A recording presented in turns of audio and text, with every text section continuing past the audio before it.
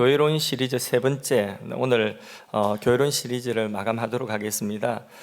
풍성한 삶, 충만한 교회, 이런 제목입니다. 먼저 요한복음 10장 10절 말씀을 한 구절 더 성경을 보도록 하겠습니다. 화면에 나오네요. 합독해서 읽어봅니다. 도둑이 오는 것은 도둑질하고 죽이고 멸망시키려는 것뿐이요, 내가 온 것은 양으로 생명을 얻게 하고 더 풍성히 얻게 하려는 것이라. 아멘. 예수님께서 이 땅에 오신 그 이유를 밝히고 있는데, 우리에게 생명을 주시기 위하여서, 그리고 더 풍성한 삶을 주시기 위하여 오셨다고 했습니다. 근데 우리에게 생명을 빼앗아가고 풍성한 삶을 빼앗아가는 이 속이는 도둑질하는 도둑놈이 있는데, 이 도둑놈이 마귀입니다. 이 마귀의 일을 멸하시고 우리에게 생명과 풍성한 삶을 주시기 위해서 예수님 오셨습니다. 근데 오늘 우리가 읽었던 처음 본문 에베소서 1장 23절도 다시 한번 읽어봅니다. 교회는 그의 몸이니 만물 안에서 만물을 충만하게 하시는 이의 충만함이니라, 이렇게 말씀하셨습니다. 예수 그리스도를 통한 구원, 이 구원이 우리 개인적으로는 요한복음 10장 10절 생명으로 풍성한 삶으로 나타나게 되는 거죠. 근데 공동체, 교회적으로는 에베소서 1장 23절, 요 말씀이 이번 주 요절인데, 바로 교회, 공동체적으로는 하나님의 충만하심이 교회 통하여서 세상 가운데 충만하도록 나타나도록 하시는 것입니다. 이게 구원이에요. 구원이 개인적으로, 교회 공동체적으로 나타날 때에 이렇게 나타난다는 것입니다. 먼저 풍성한 삶입니다. 우리 개인적으로 예수님께서 약속하신 풍성한 삶은 어떻게 가능할까요? 요한 1서 1장 3절 말씀에 같이 한번 읽어보도록 합니다. 우리가 보고 들은 바를 너희에게도 전함은 너희로 우리와 사귐이 있게 하려 함이니, 우리의 사귐은 아버지와 그의 아들 예수 그리스도로 더불어 누림이라. 자, 우리가 풍성한 삶, 예수께서 약속하신 풍성한 삶을 누리는 그 누림의 비결은 뭐냐? 바로 예수 그리스도를 통하여서 하나님 아버지와 사귐, 교제 속으로 들어갈 때, 하나님과의 이 교제 속에서 우리는 뭘 누리느냐? 풍성한 생명의 삶을 누릴 수가 있는 것입니다. 하나님은 처음부터 사람을 창조하실 때에 하나님은 하나님의 형상으로 창조하셨습니다. 이 무슨 말이냐면, 하나님의 풍성한 생명과 삶을 우리에게 나누어 주시기 위해서 우리를 하나님과 교제하는 인격적인 존재로, 하나님과 교제가 가능한 하나님의 형상, 인격적인 존재로 우리를 처음부터 그렇게 창조하셨다는 것입니다. 그런데 인간이 범죄함으로 죄가 들어오고, 죄로 인하여서 사람에게 뭐가 찾아왔느냐? 사망, 죽음이라고 하는 게 찾아왔어요. 그런데 여러분, 사망이 뭔지 아십니까? 사망의 정의는 뭐냐면 단절이에요. 하나님과 단절, 생명의 근원이 되시는 하나님에게서 끊겨져서 떨어져 나가는, 그게 바로 뭐냐? 사망이라고 하는 것입니다. 인간은 생명의 근원 되신 하나님에게서 죄로 인하여서 끊겨져 나가요. 떨어져, 단절되어져 버렸어요. 사망이 찾아온 거죠. 이렇게 하나님과 단절된 그 삶에는 진정한 의미에서 풍성한 생명의 삶이 없는 것입니다. 다시 이제 하나님과의 연결, 그 교제, 사귐 속으로 들어올 수 있는 길을 하나님 주셨어요. 그 길은 딱 하나입니다. 누구를 통한 것이죠? 예수 그리스도. 할렐루야. 타락한 인간의 구원과 풍성한 삶으로 살아갈 수 있는 비결은 예수 그리스도를 통하여서 하나님과 사귐 속으로, 다시 말해서 하나님과 교제 속으로 다시 들어가는 그 길입니다. 그렇게 하나님의 생명에 연결되어질 때에 생명의 근원이신 하나님에게서 생명이 우리에게 흘러오고, 하나님의 복의 근원이신 하나님에게 연결되어질 때에 그 사귐 교제 속에서 우리에게 하나님 복이 흘러오는 것입니다. 고린도전서 1장 9절 말씀을 한번 읽어보겠습니다. 너희를 불러 그의 아들 예수 그리스도 우리 주와 더불어 교제하게 하시는 하나님은 미쁘시도다. 할렐루야. 하나님과 예수 그리스도는 생명과 복의 근원이 되십니다. 그분과 교제할 때에 그 교제 속에서, 사귐 속에서 뭐가 우리에게 오느냐? 생명이 오고 생명의 풍성한 삶이 우리에게 오는 것입니다. 오늘도 예배, 오늘도 기도, 오늘도 찬양, 우리가 이 예배하고 경배하는 이 예배 자리에 모였을 때에 하나님이 우리 가운데 사귐이 있고 우리와 한 사람 한 사람 교제가 있고 하나님과 이 사귐 교제 속에서 하나님은 우리에게 생명 주시고 더 풍성한 삶을 주시기를 원하십니다. 그런데 성경에 보면 이 풍성한 삶과 대조되는 삶이 나옵니다. 예레미야 2장 13절을 보시면서 풍성한 삶과 대조되는 삶이 어떤 삶인지 여러분 찾아보세요. 자, 화면을 보시고 예레미야 2장 13절을 합독하십니다. 내 백성이 두 가지 악을 행하였나니 곧 그들이 생수의 근원이 되는 나를 버린 것과 스스로 웅덩이를 판 것인데 그것은 그물을 거두지 못할 터진 웅덩이들이니라. 자, 사람들이 미련하게 생수의 근원, 다시 말해서 생명의 근원 대신 하나님을 버렸다는 거죠. 자기 인생에서 하나님을 버렸어요. 그리고 스스로 웅덩이를 팠어요. 여기서 물이 나온다고, 여기서 생수가 나온다고. 이 웅덩이를 스스로 팠습니다. 그 웅덩이를 스스로 팠는데 문제는 그 스스로 판 웅덩이가 곧바로 터진 웅덩이라는 것이죠.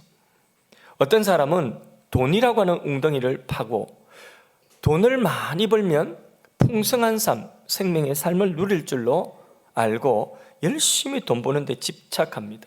어떤 사람은 출세하고, 어떤 사람은 직장에, 어떤 사람은 자기 사업체에, 어떤 사람은 사람하고의 관계에 목매달아서 집착하고, 저 사람 내가 차지하고 저 사람하고 같이 있으면 내 삶에 풍성함이 있을 걸로 그렇게 생각하고, 그러면서 계속 스스로 웅덩이를 파는 것입니다. 어떤 사람은 세상 쾌락이 나의 삶을 풍성하게 할 줄 알고 세상 쾌락을 쫓아서 어떻게 해서든지 그 웅덩이를 스스로 파고 있는 것입니다. 혹시 여기 예배드리고 계신 여러분들 가운데도 풍성한 삶을 위하여서 스스로 하나님 배제하고 또 다른 어떤 웅덩이를 파고 있지는 않으십니까? 하나님의 말씀에 귀를 기울이십시오. 그것은 터진 웅덩이입니다. 하나님 없이 파는 그 웅덩이는 내 삶에 풍성함을 주지 못합니다. 터진 웅덩이입니다. 여러분, 하나님의 말씀에 귀를 기울이십시오. 죽으라고 웅덩이를 파도 결국 그것은 터진 웅덩이, 아무 소득이 없어요. 계속 물을 갖다 부어도 진짜 죽게 됩니다. 정말 죽으라고 살지만 정말 죽으라고 사는 것이 아니라 죽게 되는 것입니다. 수고하다가 나중에 인생 허무하다, 헛되다 하면서 이 세상을 떠나게 되는 것입니다.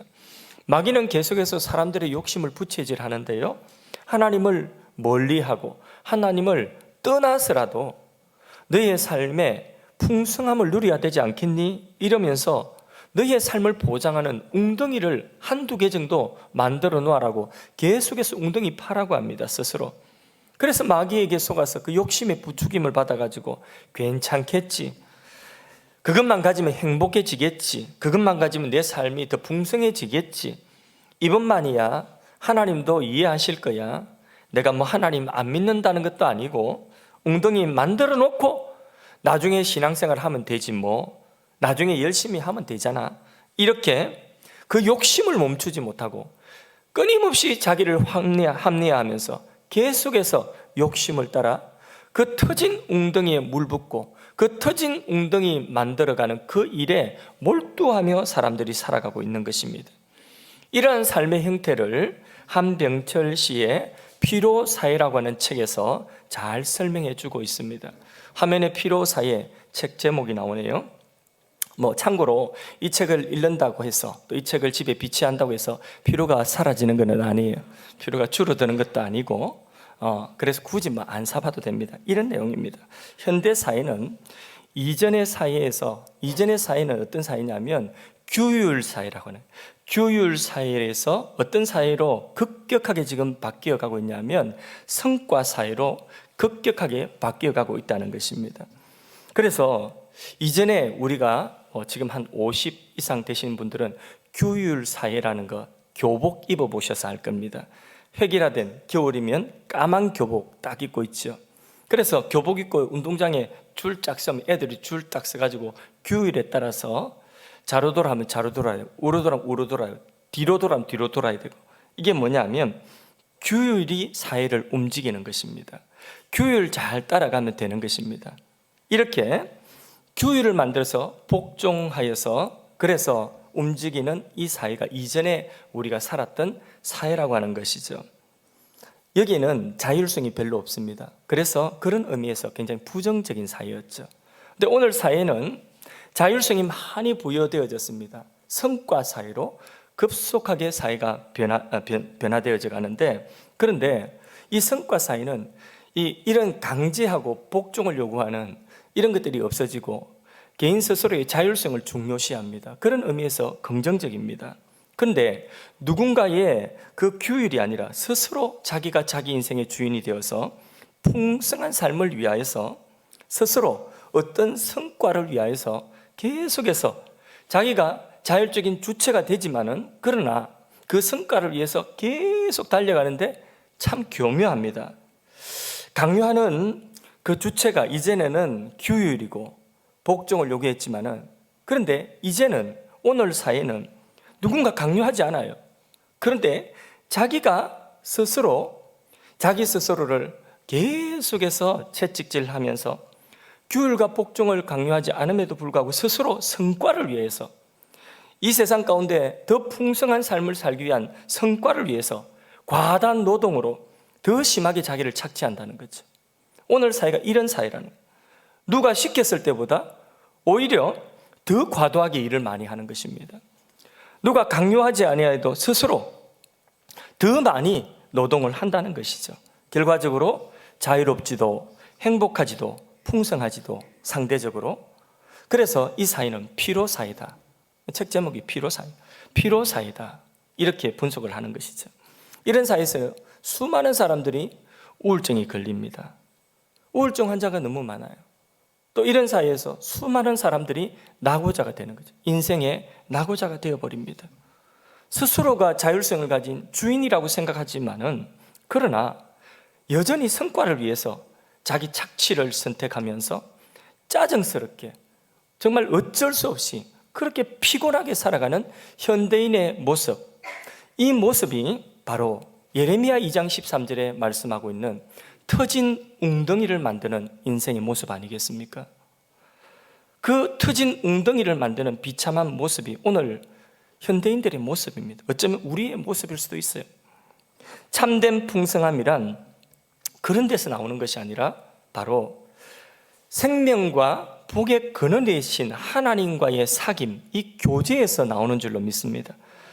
하나님과의 이 교제 속에서 예수님을 통하여서 하나님과 교제하는 이 교제, 하나님 안에 머물 때에 거기에 생명이 있고 위로가 있고 거기에 행복이 있고, 우리가 큰 부자는 아니라도 우리가 뭐 어떤 대기업의 임원도 아니라 할지라도 우리의 이름이 유명하지 않다 할지라도 그래도 그 안에서 우리가 감사할 수 있고 그 안에서 마음속에 하나님 주시는 기쁨이 있고 은혜가 있고 행복이 있고 내 마음속에 마음의 부유함이 있는 것입니다.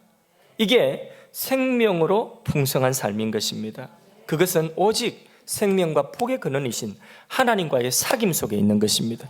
오늘 이 시간에도 하나님과 깊은 사귐이 있는 시간 되길 바랍니다. 말씀을 들으면서 하나님의 음성을 듣는 시간으로 들을 수 있기를 바랍니다. 하나님 안에 있을 때만 우리는 목마르지 않습니다. 왜? 그분이 생수의 근원이 되시기 때문입니다. 하나님 떠나서 우리가 아무리 수고해도 거기에는요 결국은 목마름이 있습니다. 우리가 누리고 다른 사람에게 전해줄 수 있는 이 풍성한 삶의 비결은 뭐냐? 예수 그리스도를 통하여서 하나님과의 사귐. 여러분, 이 하나님과의 교제를 꼭 붙드십시오. 다른 것 놓치더라도 이 교제만큼 놓치지 마십시오. 그래서 예배가 중요한 것입니다. 그래서 우리가 기도하는 시간이 중요한 것입니다. 그래서 우리의 삶에 어려움이 있고 마음에 근심이 밀려올 때에 그때 큰 소리로 그냥 찬송 한번 부르는 것입니다. 크게 찬송 부르고 주여 한번 외치면 우리 심령 속에 은혜가 회복되어지고 용기가 생기고 또 복잡한 문제가 단순하게 보이는 것입니다. 할렐루야. 두 번째로 충만한 교회입니다. 자, 이렇게 예수로 풍성한 삶을 회복한 사람들의 모임이 뭐냐? 그 공동체가 바로 교회라고 하는 거죠. 그런데 이 교회를 일컬어서 하나님의 충만하심이 담겨지는 그릇이다. 그래서 오늘 본문에는 그 하나님의 충만하심이 교회 속에 담겨져서 이 충만함으로 만물, 다시 말해 세상도 충만하게 한다, 이렇게 말씀하고 있거든요. 그래서 교회는요, 하나님의 충만입니다. 하나님의 충만한 것이 교회에 있어야 됩니다.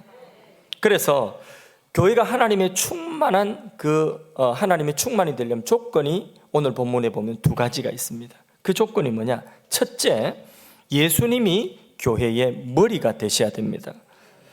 우리 교회의 머리가 예수님이 되셔야 됩니다. 그래야 하나님의 충만이 임합니다. 오늘 본문 에베소서 1장 20절 이하에 보면 하나님의 능력이 십자가에 죽으신 예수님을 붙들어서 그 하나님의 능력이 예수님을 부활케 하십니다. 그리고 그 예수님을 하늘의 하나님의 보좌에 올리십니다. 모든 권세와 주권과 능력과 통치가 예수님에게 있게 하십니다. 모든 만물이 그 발 앞에 복종하게 하십니다. 그 우주적인 통치권을 가지신 예수님이 22절에 보면 교회의 머리가 되신다고 했습니다. 22절을 같이 합독해서 읽어보겠습니다. 또 만물을 그의 발 아래에 복종하게 하시고 그를 만물 위에 교회의 머리로 삼으셨느니라. 아멘. 이것이 충만의 첫 번째 조건입니다. 그런데 여기 22절 다시 한번 띄워줘 보세요. 여기에 질서가 있어요. 우주의 질서가 있습니다. 그 질서가 뭐냐? 자, 제일 위에 누가 계실까요? 이 본문 속에 보면 제일 위에 누가 있습니까? 제일 위에 예수님, 교회의 머리 되신 예수님이 계시고, 그 다음 그 몸인 교회가 있고, 그 다음 만물, 세상이 있다는 거예요. 이게 질서예요. 하나님이 세우신 세상의 질서예요. 그래서 만물, 모든 세상 위에 뭐가 있냐? 교회가 있다는 거죠. 근데 그 교회의 머리가 누구라고요? 예수님. 그 예수님을 통하여서 하나님의 충만함이 교회 안에 흘러오고, 그 교회의 충만함이, 하나님의 충만함이 어디로 흘러가 있다고요? 세상으로 흘러가 있는, 만물로. 근데 이 질서를 무시하고 사람들이 뭘 어떻게 생각하냐면, 사람들이 이 풍성한 삶을 어디서 찾으려고 하냐면 세상 만물에게서 찾으려고 하는 거예요. 거꾸로 제일 밑에서 땅을 파고 있는 것입니다. 그 땅 파는 것이 뭐냐? 그게 터진 웅덩이라는 거예요. 터진 웅덩이, 만물 속에서 거기서 풍성한 삶이 있고 생명이 있고 행복이 있는 줄로 그걸 자꾸 찾고 있더라는 거죠. 거꾸로 됐어요. 거꾸로. 그러니까 회복은 어디서부터? 교회, 그리고 우리 신앙, 거기서부터 회복이 있는 거예요. 예수님이 머리 되시고, 예수님이 우리 인생 주인 되시고, 예수님이 우리 교회의 머리 되시는 것입니다. 우리가 교회 될 때에 하나님의 충만이 임하는 거예요. 그리고 이 하나님의 충만이 우리 통하여서, 교회 통하여서 세상을 충만하게 하는 거예요. 이게 하나님의 원리인데, 이 질서, 이 원리를 우리가 잊어서는 안 되는 것입니다. 그래서 충만의 첫 번째 조건, 예수님이 머리 되셔야 된다 하는 것이고요. 두 번째, 교회가 예수님의 몸이 되어야 합니다. 23절 말씀 합독하십니다. 교회는 그의 몸이니 만물 안에서 만물을 충만하게 하시는 이의 충만함이니라. 아멘. 자, 머리가 지시하는 대로 바로바로 몸이 움직여야 되는 것 아니겠습니까? 그게 바로 뭐냐 하면 교회가 그의 몸이라는 뜻입니다. 교회가 그의 몸이라고 한다면 우리는 머리 대신 예수님이 보여야 돼요. 예, 뭘 주목해야 되냐면 예수님을 주목해. 머리 대신 예수님을 주목해. 그게 우리 몸이에요. 몸의 모든 지체는 머리가 지시하는 대로 다 따라가야 되거든요. 머리가 요래 지시하면 요래 가고, 저래 지시면 저래 가고. 그래서 뭐가 보여야 되느냐면 항상 사람이 보여서도 안 돼, 사건이 보여서도 안 돼, 사람들의 말이 들려서도 안 되고, 제일 먼저 우리는 예수님께 집중하고 머리 대신 예수님께서 지시하고, 머리 대신 예수님께서 우리에게 하나님 뜻을 알려주실 때에 바로바로 그 예수님의 통치, 우주의 통치권을 가지신 그 예수님이 통치하시는 통치의 방법이, 만물을 통치하는 방법이 어떻게 흘러오느냐? 바로 교회된 우리에게 직접 예수님의 통치가 우리의 삶에 직접 그렇게 실현되어지는, 그게 바로 교회고 우리라는 것이죠. 그렇게 우리가 그것을 인정할 때에 하나님의 충만이 우리 안에 있고, 우리가 그 충만 가지고 가정에 가고 직장에 가고 일터에 가고 사업장에 가고 학업에 가고 사회 현장에 갈 때에 그곳에 하나님의 충만하심이 나타나고 하나님의 충만하심으로 세상을 변화시킨다는 이 그림이에요. 이게 하나님의 뜻이에요. 이게 하나님의 디자인이에요. 우리가 이것을 따라갈 수 있기를 바랍니다. 이 질서를 따라 주님 세우신 교회에 직분이 있고 각각의 위치가 있고 사역의 위치들이 있습니다. 그래서 그 질서를 따라 헌신하고 섬기면 충만해지는 거예요. 하나님의 충만이 임하는 것입니다. 그런 교회를 통하여 모든 만물이 충만케 되어지고 회복되어지는 이 하나님의 계획이 우리의 삶과 우리 교회를 통하여 성취되어지기를 간절히 소원합니다. 이것이 충만한 교회의 사명인데, 온 우주 만물이 교회 통하여서 하나님의 충만이 흘러가는 이 그림, 여러분, 그래서 하나님은 성경에 우리에게 이 그림을 강력하게 보여주고 있어요. 이 이미지를 강력하게 성경 여러 군데서 보여주고 있습니다. 제일 먼저 성경을 딱 펼치면 하나님 창조기사가 나오죠. 창세기 2장에 보면 그 창조기사에 하나님이 에덴 동산을 창설하셨는데, 그 창세기 2장에 에덴 동산을 보면 거기서 네 강이 발원합니다.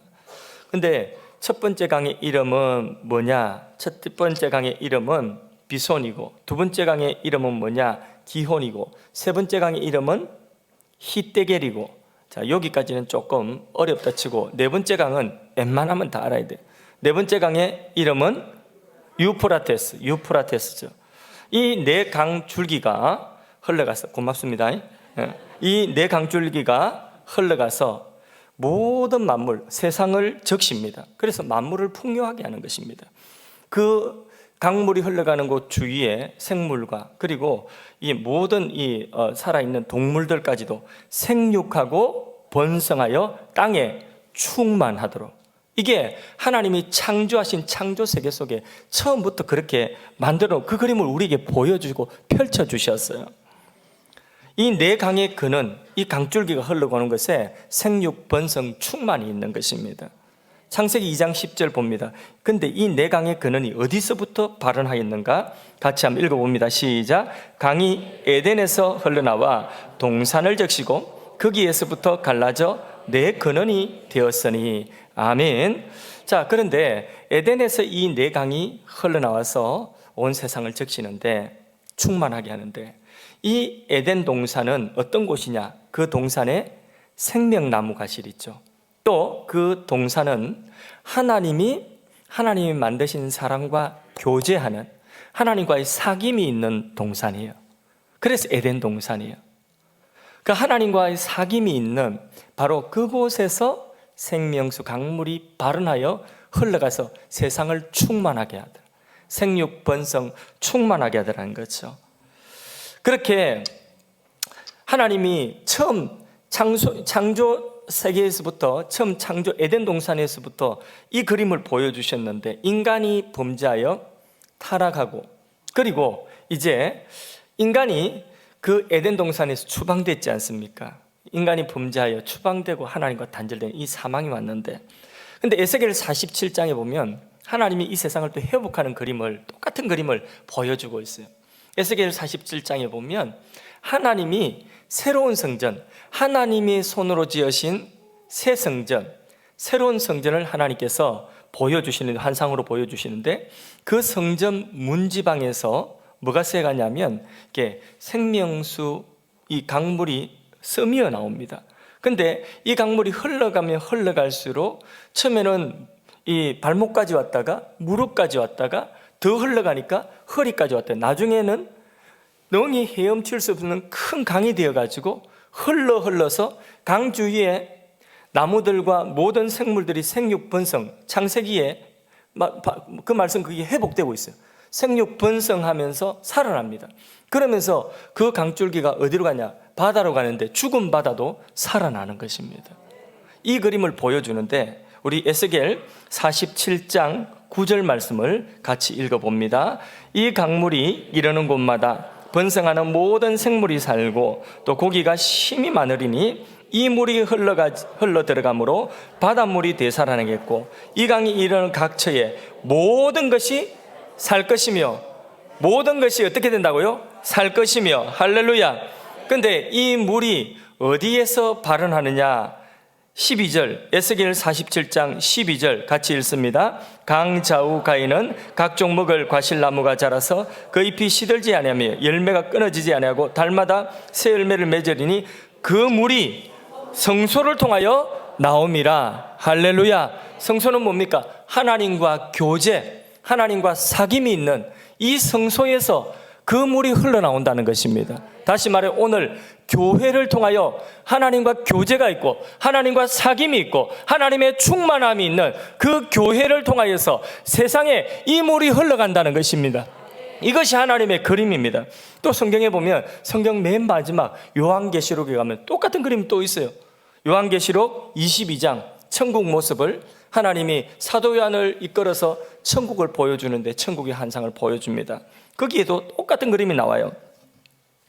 요한계시록 22장 1절 2절 말씀을 같이 한번 읽어봅니다. 그가 수정같이 맑은 생명수의 강을 내게 보이니 하나님과 및 어린 양의 보좌로부터 나와서 길 가운데로 흐르더라. 강 좌우에 생명나무가 있어 12가지 열매를 맺되 달마다 그 열매를 맺고 그 나무 잎사귀들은 만국을 치료하기 위하여 있더라. 아멘. 만국, 세상을 회복하고 구속한다는 것입니다. 어디에서? 하나님과 어린 양의 보좌로부터 나오는 수정같이 맑은 생명수강이 흘러가면서 생명나무가 과실을 맺고 모든 죽은 것들이 살아나고 그 잎사귀는 만국 모든 만물을 다시 소생하게 하는 살리는 약재료가 된다는 것입니다. 이것이 충만한 교회의 모습인 것입니다. 하나님의 생명으로 충만한 교회의 모습인 것입니다. 은혜로 충만한 교회의 모습인 것입니다. 하나님께서 우리 교회를 이런 교회로 사용하기를 원하십니다. 하나님께서 이 땅에 세우신 창교회들마다 이런 교회로 사용하기를 원하시는 것입니다. 말씀을 맺습니다. 오늘날 어두운 사회의 모습을 우리는 보고 있습니다. 그 어두운 사회의 단편적인 모습을 알려주는 지표가 있습니다. 통계 자료인데 자살률과 출산율입니다. 참 불행하게도 우리나라는, 대한민국은 자살률이 최고입니다. 최고 높은 자살률을 가지고 있습니다. 또 불행하게도 출산율은 최저입니다. 아기를 안 놓는 것입니다. 낳아도 이 아기를 고생하는 세상에 두지 않겠다는, 그래서 안 놓겠다는 것입니다. 최저의 출산율, 최고의 자살률, 이 통계가 우리에게 뭘 이야기해 주고 있죠? 대한민국은 앞으로 희망이 없다, 이거 이야기해 주는 거예요. 그거 보여주고, 정확하게 보여주고 있습니다. 앞으로 10년, 20년 이후에 대한민국은 희망이 없다. 오늘 우리가 살아가고 있는 세상은요, 성장 이면에 슬픔을 숨기고 사람들이 살아가고 있습니다. 화려함 뒤에 외로움이 있습니다. 웃고 있지만은 그 속으로는 아픔이 있습니다. 모두들 그것을 다 내놓기를 싫어합니다. 감추고 살아가는 거죠. 숨기면서 살면서 터진 웅덩이에다가 물을 계속해서 퍼부으면서 언젠가는 채워지겠지, 언젠가는 풍성한 삶을 나도 살 수 있겠지, 그러면서 희망 고문하면서 살아가고 있는 것입니다. 어떻게 이런 절망 속에 있는 세상에 희망의 빛을 비출 수 있겠습니까? 생명과 풍성한 삶을 우리가 전할 수 있겠습니까? 그것은 오늘 말씀처럼 우리 각자 개인마다 요한복음 10장 10절 우리를 위하여 생명 주시고 또 우리에게 풍성한 생명의 삶을 주시기 위하여 오신 그 예수님으로 우리가 충만한 것입니다. 그 예수로 우리가 먼저 부자는 아니지만은, 유명한 사람은 아니지만은, 우리에게 모든 것을 가지고 부족함이 하나도 없는 그런 이 삶을, 우리가 물질적인 삶을 사는 것은 아니지만은, 그러나 다 가진 것보다도 더 부유한 마음을 가지고 우리의 입술에 불평이나 원망이나 절망적인 말을 하는 것이 아니라 우리의 입술에 감사와 희망의 말을 하는 그런 것들을 볼 때에 우리 안에 우리의 자녀들이 뭘 보느냐? 바로 예수의 충만함을 보는 것입니다. 풍성한 삶을 보는 것입니다.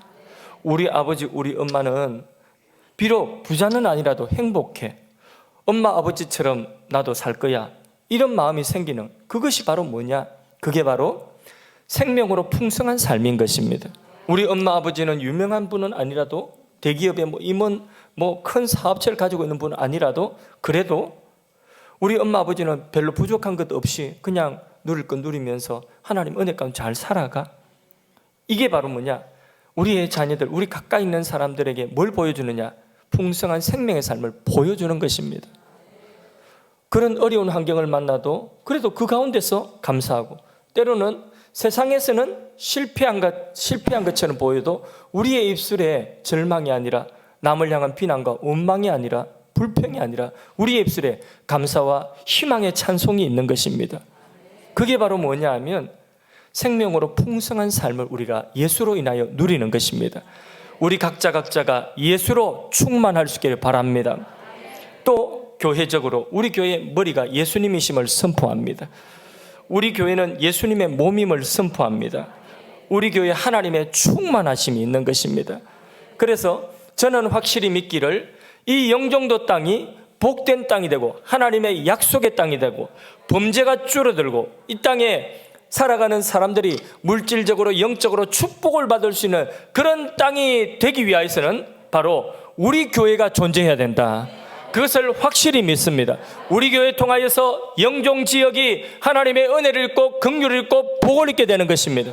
이 땅의 교회들을 통하여 하나님의 충만하심으로 말미암아 이 땅의 위정자들이 정치를 잘해서가 아니라, 경제인들 재벌들이 경제 운영을 잘해서가 아니라, 이 땅의 국방이 튼튼해서 이 나라를 스스로 지킬 수 있는 것이 아니라, 하나님이 이 땅에 있는 교회를 통하여 하나님의 충만하심으로 대적들로부터 이 땅을 지켜주시고, 하나님이 이 땅에 물질적으로 영적으로 하나님께서 축복하여 주시고, 세계 모든 민족과 열방을 향하여서 하나님의 생명의 복음이 흘러가도록 하는 제사장 나라가 되게 할 줄로 믿습니다. 바로 그런 나라 되게 하기 위하여 이 땅에 교회들을 세우신 줄로 믿습니다. 교회가 바로 서면 이 나라가 바로 서는 것입니다. 우리가 예수로 충만하면 우리 가정이 살아나는 것입니다. 여러분 자녀들이 살아납니다. 후대가 살아납니다. 이 영종 땅이 살아납니다. 대한민국 국가 시대가 살아나는 줄로 믿습니다. 예수로 충만합시다. 예수로 충만합시다. 예수로 충만하여 우리의 삶 가운데 다 가지지 못하였다 할지라도, 우리의 삶 가운데 어떤 것이 부족하다 할지라도 우리는 부족함이 없다라고 하나님 앞에 감사할 수 있는 그런 예수 충만, 생명으로 풍성한 삶을 누려야 할 줄로 믿습니다. 우리 찬양하겠습니다. 충만 찬양 드리도록 하겠습니다. 찬양 가사가 참 좋습니다. 오늘 설교 말씀 우리 삶에 적용하는 그런 가사로 알고 예수로 충만 노래합시다.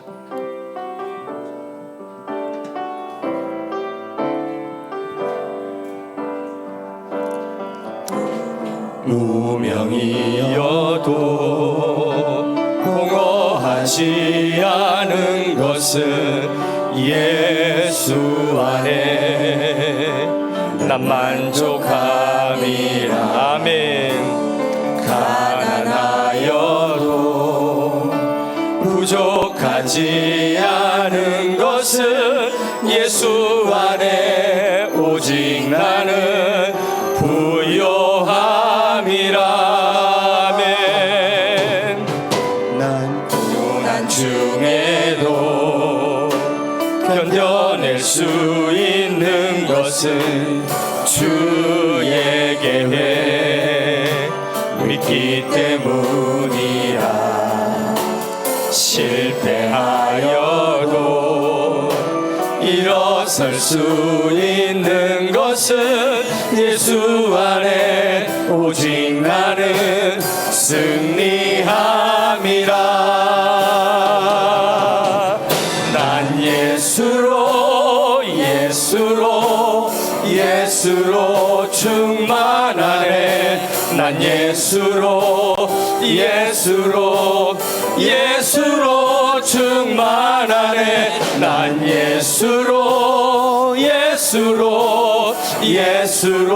충만하네. 영원한 왕 내 안에 살아계시네.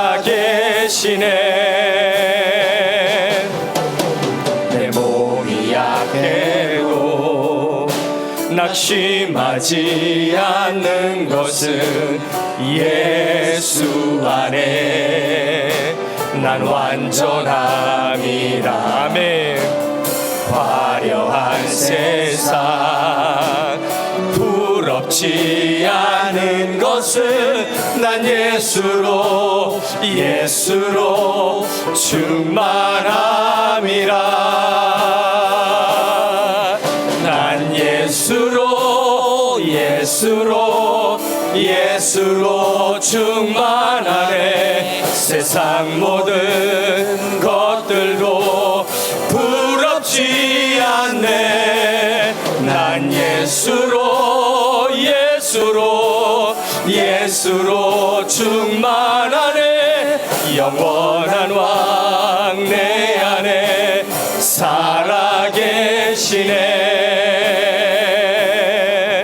난 예수로 충만하네. 세상 모든 풍파도 두렵지 않네. 난 예수로 충만하네. 영원한 왕 내 안에 살아계시네. 영원한 왕 내 안에, 영원한 왕 내 안에 살아계시네. 우리 한번 말씀을 각자의 삶에 적용하며 기도하도록 하겠습니다. 생수의 근원 대신 하나님을 떠나서 터진 웅덩이를 스스로 만들며 살았던 우리 삶을 회개합시다. 성삼위 하나님과의 깊은 사귐을 통하여 풍성한 생명의 삶을 누릴 수 있도록 기도하시고, 예수님 머리 되시고 예수님의 몸인 교회가 되게 하시고, 예수로 충만한 개인과 우리 교회가 되게 도와주셔서 우리가 서 있는 그 자리에 하나님의 그 충만함과 그 생명으로 풍성한 삶이 배어나고 묻어나고 향기로 퍼지고 전달되어져서 만물을 충만케 하시는, 당장 여러분 가까운 데서부터 하나님의 충만으로 채워져야 되는 그 부분들을 주여 하나님의 충만으로 채워지게 하여 주옵시고, 그 충만의 통로가 되는 우리와 우리 교회가 되게 하여 주옵소서. 우리 주의 한번 외치고 말씀을 붙들고 기도하도록 하겠습니다.